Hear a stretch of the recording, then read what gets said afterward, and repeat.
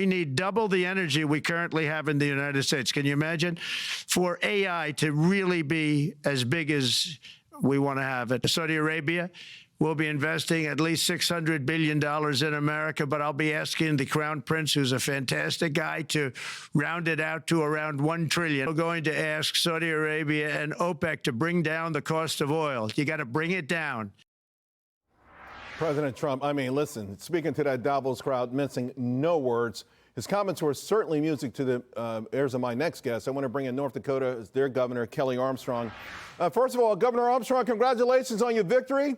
Of course, you know, a major oil-producing state. So what do you make of President Trump, right? He declared this energy emergency. He's pushing all the levers out there for more production.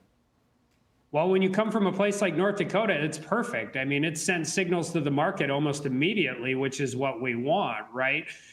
Getting rid of Biden's pause on LNG exports, pulling us out of the Paris Climate Accords.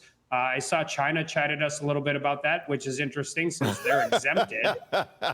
But for us in the geographic center of North America, it's all about infrastructure. It's about pipeline infrastructure. It's about transportation. We can drill for the oil, but we need to be able to move our oil and need to move our gas. And that's what we're so excited about. And you know what's so amazing right now? All of a sudden, we have an electricity crisis. All of a sudden, our lead in AI is in danger because we don't have energy, because we went to war with energy and we were, you know, listen, these windmills, these solar things, I mean, and no one thought that they were going to work so quickly. Instead of why do we punish fossil fuels? It never made sense to me. In the meantime, China building coal plants every other week and nuclear power plants. They had an all-of-above strategy. Can we catch up? Can we regain that momentum?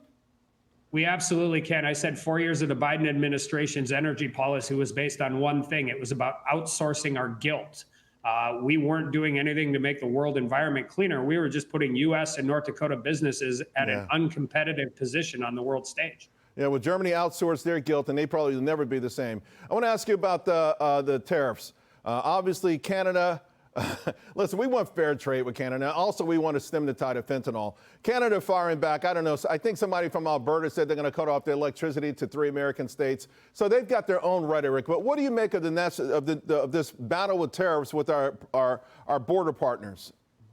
Well, we're going to start building Dodge Durangos in Detroit again, and there's a lot of factors that exist with that. But, you know, North Dakota's relationship with Canada is pretty unique. We're the only state, essentially, some of eastern Montana, that farms right up to the Canadian border. And I think protecting our sovereignty and getting fair deals from our neighbors and working with the Canadian government. But we also have friends and family that live on both sides of the border. So we want to make sure we're taking care of our friends as well. Yeah, I mean, when I was stationed in Minot, we used to drive up to Regina all the time. You know, of course, a nice place. Plus, a dollar goes a long way in Canada.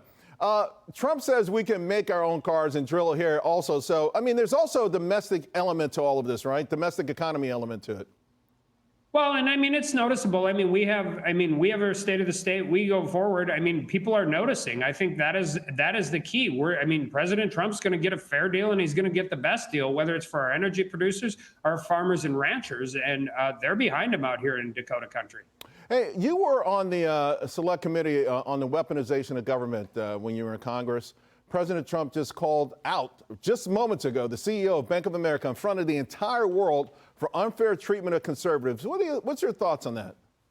Well, very specifically about providing people information whether or not they exercise their Second Amendment rights. We were dealing with that in the weaponization committee. Thomas Massey actually is as good at it as anybody, Jim Jordan, Chip Roy. And I think we have to continue that, because you can pull all the levers of government, but if private business is going to be working in those areas against constitutional rights, then we have to be able to push back and say that's unacceptable. Right. Hey, I want to stay on this path for a second.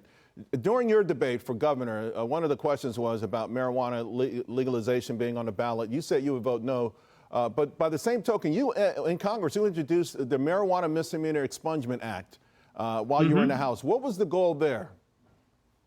Our marijuana policy at the federal level could best be described as ostriching. We pretend it's a Schedule I narcotic, but we allow states to utilize it. We have people sentenced to draconian federal sentences on marijuana, oftentimes in states that have had it legalized for 20 years. So I always supported that at the federal level. And I think it's important because we allow states to do this, yet still classify it as a Schedule I narcotic, which affects banking. It affects all of the other regulations around these industries. And I think having a more reasonable federal policy on marijuana will allow states like North Dakota to make their own determinations in the real world instead of a political and legal fiction. Governor, thank you so much. And again, congratulations. Thank you. See you soon.